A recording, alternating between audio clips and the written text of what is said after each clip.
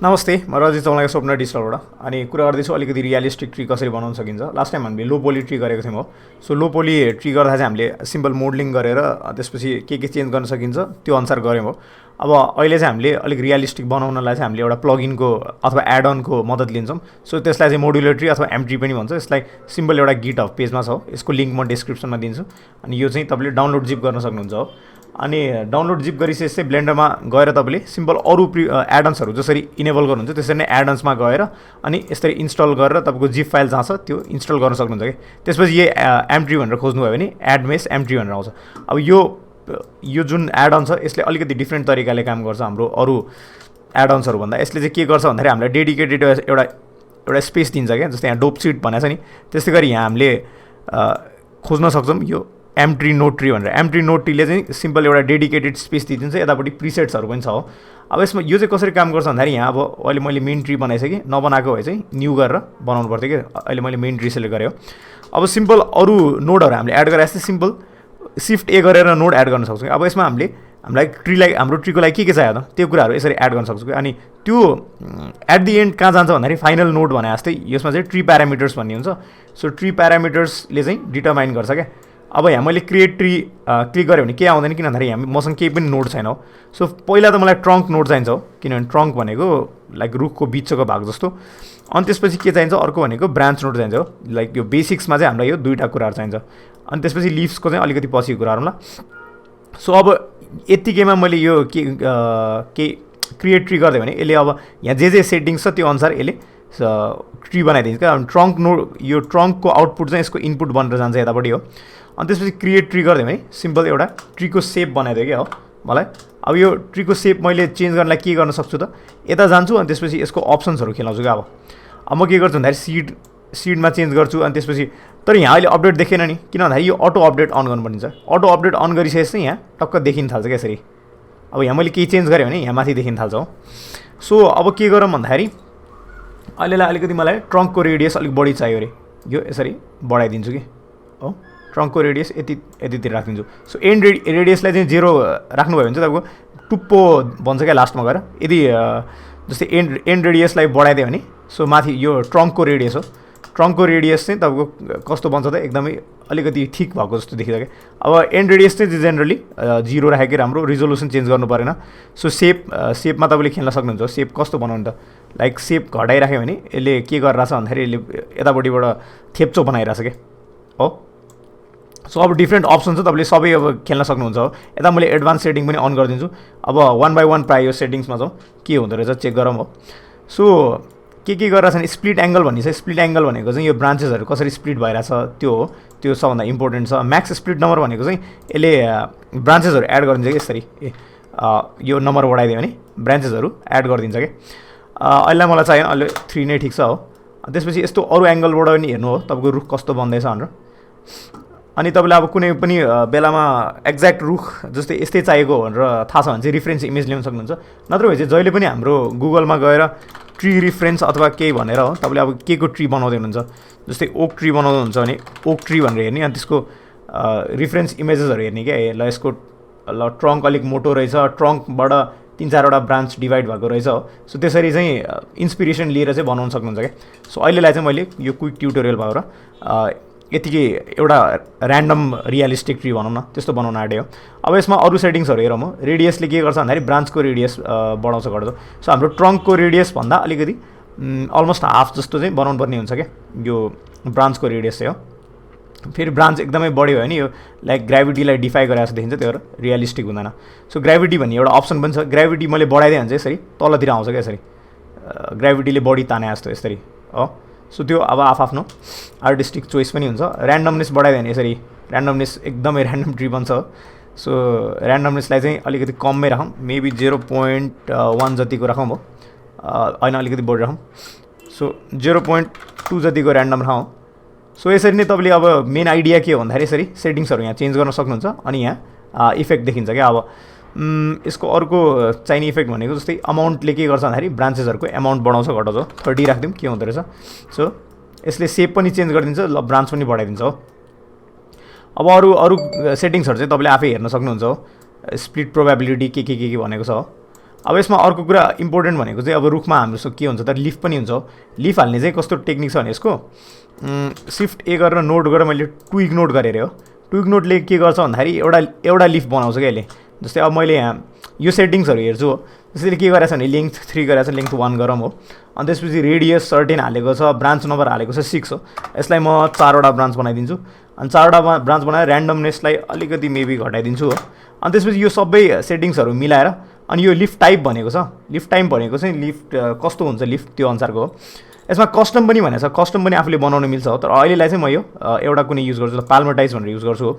अनि leaf size 1 राखेको छ। अब यसलाई मैले एक्जिक्युट गरेँ भने के गर्छ भन्दाखेरि यसले एउटा लिफ बनाइदियो क्या मेरो लागि। लिफ्सहरू ब्रान्चमा अड्केको जस्तो लिफ्स बनाइदियो। अब यसको आइडिया यहाँ लिफ्स हाल्ने आइडिया चाहिँ कस्तो भन्दाखेरि ट्री प्यारामिटरमा जान्छु, क्रिएट लिफ गरेँ हो। क्रिएट लिफ गरिसकेपछि एउटा सर्टेन यहाँ मलाई सेटिङ्सहरू देखायो क्या। यो त्यसमध्ये एउटा लिफ भनेर सिलेक्ट गर्ने यो अब्जेक्ट सेलेक्ट गर्ने अप्सन दिएको छ क्या। त्यो यो म्याग्नेटिक यो टुल छ नि, यसलाई लगेर मैले यहाँ अब्जेक्ट ट्री 1 मा गरिदिएँ भने सो यसले के गरिदियो भन्दाखेरि मेरो लागि अब हालिदियो क्या यतापट्टि ट्रीहरू। अब यसमा मैले यो लिफमा चाहिने सेटिङ्सहरू भनेको के भन्दाखेरि लिफको एमाउन्ट पहिला त हो। लिफको एमाउन्ट भनेको यसले लिफ सिम्पली बढाउँछ भनौँ न। जस्तै 3000 को ठाउँमा मैले 5000 बनाइदिएँ। के हुन्छ भन्दाखेरि लिफको एमाउन्ट बढाइदिन्छ हो। एक्सट्रिमिटिज ओन्लीले के गर्छ यो चुच्चोतिर मात्रै लिफ हाल्छ क्या। एक्सट्रिमिटिज ओन्ली हटाइदियो भने चाहिँ यसले भित्रभित्र पनि लिफहरू हाल्न खोज्छ हो। अब लिफको वेटहरू बढाइदियो घटाइदियो भने के हुन्छ भन्दाखेरि तपाईँको अलिकति ग्राभिटीले असर परे जस्तो आउँछ। अनि त्यसपछि अलिक डिफ्रेन्ट सेप दिन्छ क्या हो। अब लिफको स्प्रेडलाई मैले अलिक बढाइदिएँ भने के हुन्छ त लिफ्टहरू अलिकति स्प्रेड आउट भएको जस्तो देखिन्छ। अनि लिफ्टको फ्ल्याटनलाई पनि बढाइदियो भने लिफ्ट अलिक फ्ल्याटन भएको जस्तो हुन्छ हो। सिम्पल सेटिङ्सहरू। अनि त्यसपछि अब यहाँ मलाई अलिकति लिफ्ट पुगेन जस्तो लाग्यो। त्यसको लागि म के गर्छु भन्दाखेरि तपाईँको लिफ्टको एमाउन्टहरू म बढाउँछु क्या। अब यहाँ जस्तै 5000ले पुगेन भने 6000 बढाइदिन्छु हो। अब अर्को कुरा के भयो भन्दाखेरि यहाँ लिफको ब्रान्च नपुगे जस्तो लाग्यो मलाई। अब अघि यहाँ ब्रान्च 4 गरेको थिएँ नि, त्यसको लागि के गर्न सकिन्छ भन्दाखेरि यो जुन यो ट्विग नोड बनाएको थिएँ त्यो ट्विग नोडलाई चाहिँ म के गर्छु भन्दाखेरि साइडमा ल्याइदिन्छु।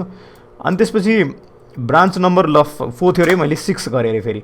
अनि सिड कति थियो अरे, ल 1 थियो भने मैले 3 राखिदिएँ अरे हो। यसरी मैले फेरि एक्जिक्युट गरिदिएँ भने के गरिदिन्छ भन्दाखेरि यसले अब यहाँ चेन्ज गरिदिन्छ क्या। जस्तै अब अघि न कता कता ऊ थियो होइन, त्यो अनुसार चेन्ज गरिदिन्छ क्या यसले। अब अरू कुराहरू के चेन्ज गर्न मन लाग्यो भन्दाखेरि मलाई अब जस्तै अलिक बढी ब्रान्च ल्याउन मन लाग्यो अरे अर्को एउटा टेक्निक के छ भन्दाखेरि तपाईँको अर्को ब्रान्च नोड एड गर्ने हो। अनि त्यसपछि यो ब्रान्च नोडको आउटपुट चाहिँ यसको इनपुट बनेर जान्छ क्या। अनि त्यसपछि ब्रान्च आउट हुन्छ क्या अझै। सो ब्रान्चभित्रको नि ब्रान्च बनाउनु छ भने चाहिँ यो। अनि यसको सिम्पल अमाउन्टहरू घटाइदिने, यो मिडियन ब्रान्चहरू, अनि यसको अमाउन्टहरू बढाइदिने। के हुन्छ भन्दाखेरि यसले चाहिँ पातलो ब्रान्चहरू धेरै गरिदिन्छ। सो अहिलेलाई चाहिँ अब मैले यो सिम्पल देखाएको मात्रै यो ब्रान्च नोड हटाइदिन्छु। अनि यसको सिम्पल अमाउन्ट बढाइदिन्छु हो। अब एउटा अलमोस्ट ट्रीको जस्तो लुकहरू आइसक्यो। यसमा अब तपाईँले अब रियलिस्टिक लुक दिनलाई चाहिँ जहिले पनि के गर्न मिल्छ भन्दाखेरि रिफरेन्स इमेजेसहरू ल्याएर हो।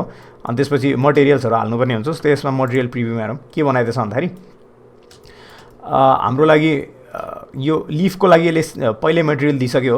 अब यो ट्रङ्कको लागि हामीलाई मटेरियल चाहिन्छ, ट्रङ्क र ब्रान्च। त्यसको लागि म सेडिङ ट्याबमा जान्छु। सेडिङ ट्याबमा गएपछि यो अलिकति चुच्चो जस्तो लागेन भने तपाईँलाई यो रिजोल्युसन अलिक कम हुन्छ कि। जस्तै यहाँ रिजोल्युसन भन्ने सेटिङ थियो नि, जस्तै यो रिजोल्युसन चाहिँ 1 मात्रै गरेको हो। त्यस कारणले अलिकति चुच्चो जस्तो देखाएको थियो। यो रिजोल्युसन भन्छ sort of like sub division भनेर सम्झिनु न, अलिक बढी सब डिभिजन भएको जस्तो के रिजोल्युसन बढायो भने चाहिँ। सो त्यो गऱ्यो भने चाहिँ अलिकति बढी रियलिस्टिक हुन थाल्छ। अनि यसलाई मैले कन्भर्ट टु मेस गरेर फेरि सब डिभिजन हाल्न पनि सक्न चाहिँ अर्को टेक्निक भनेको चाहिँ हो। सो अहिलेलाई के गरौँ भन्दाखेरि यसलाई मलाई मटेरियल दिनु पऱ्यो भने सिम्पल यहाँ मटेरियल यसले सर्टेन मटेरियलहरू दिन्छ क्या हाम्रो लागि हो। यो चाहिँ लिफहरूको मटेरियलहरू दिन्छ हो। अब यसलाई मलाई ट्रङ्कलाई चाहियो भने चाहिँ म पहिला न्यू गर्छु, यसमा क्लिक गरेर Ctrl+Shift गर्छु। नोड ऱ्याङ्गलर यसको लागि इनेबल हुनुपर्छ। अनि त्यसपछि म के गर्छु भने टेक्स्चर्सभित्र जान्छु, एउटा कुनै टेक्स्चर लिन्छु हो यो ट्रङ्कको लागि।